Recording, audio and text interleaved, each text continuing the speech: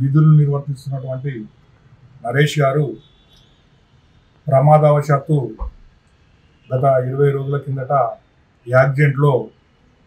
ప్రమాదవశాత్తు యాక్సిడెంట్ జరగడం జరిగింది.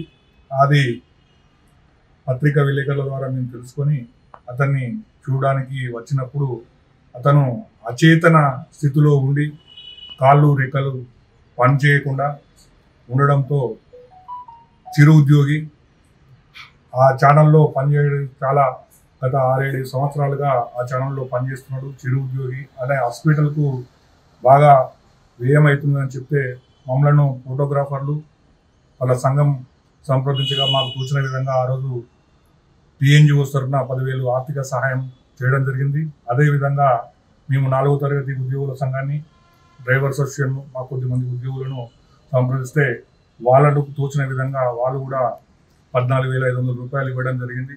మొత్తం 24,500 రూపాయల వరకు మాకు వృద్ధాభక్తిగా సహాయాన్ని అందించడం జరిగింది.